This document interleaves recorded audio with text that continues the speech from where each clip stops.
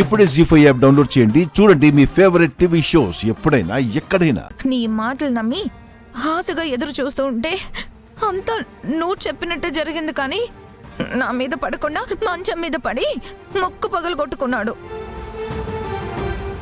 ఆ కోపం ఈ కోపం అన్నీ కలిపి ఆ దిండు దుప్పటితో నన్ను బయటికి విసిరేసి ఆయన గారి లోపల హాయిగా పడుకున్నాడు. అనుకున్నట్టే జరిగిందన్నమాట.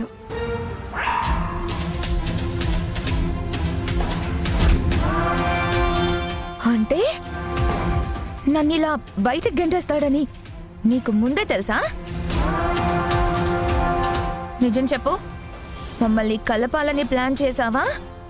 అసలు ఆ గదిలో కూడా నాకు చోటు లేకుండా ప్లాన్ చేసావా?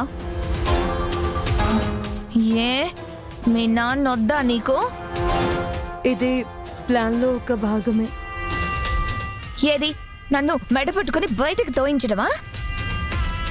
ఇప్పుడు బయటికి తోసేశాడు. రేపు శ్రీనునే స్వయంగా నిన్ను లోపలికి తీసుకువెళ్తాడు. పిచ్చిదాన్ని చేస్తున్నావా నన్ను? ఈ రోజు బయటికి తోసి రేపు లోపలికి ఎలా తీసుకెళ్తాడు? ఆవేశపడకుండా చెప్పేది విను. అందరూ ఎవరి గదుల్లో వాళ్ళు పడుకుంటారు. నువ్వు మాత్రం హాల్లో పడుకుంటావు.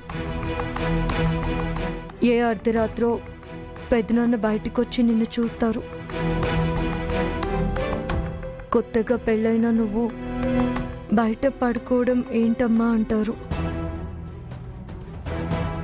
నువ్వు ఏడుస్తూ పెళ్ళైన దగ్గర నుంచి నా పరిస్థితి ఇదే పెద్దనాన్న, ఆద్య మీద ప్రేమతో ఆయన నాతో సరిగా ఉండట్లేదు అంటావు. పెద్దనాన్న శ్రీనుని పిలిచి నిలదీస్తాడు. నాకిష్టం లేదు అంటాడు. వాడికి ఇష్టం లేదంట కదమ్మా, పెట్టి తీసుకుని బయలుదేరమ్మా అంటాడు. అంతే కదా? ఎలా కనిపిస్తున్నారు పెద్దనాన్న నీకు?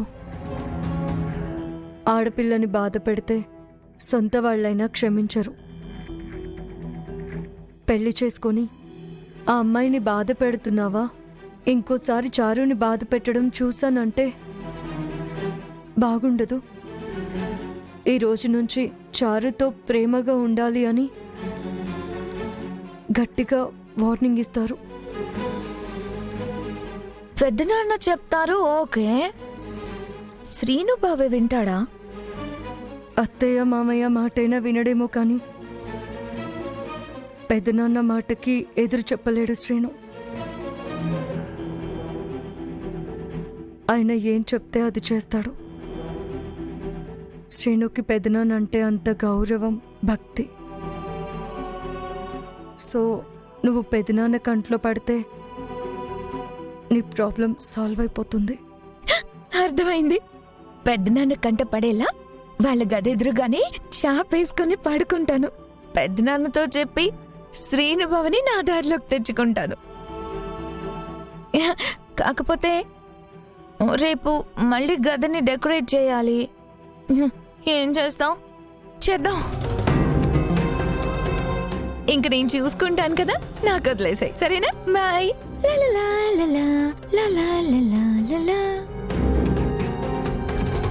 జీ5 యాప్ డౌన్లోడ్ చేసి అన్ని ఎపిసోడ్స్ పూర్తి ఉచితంగా చూడండి.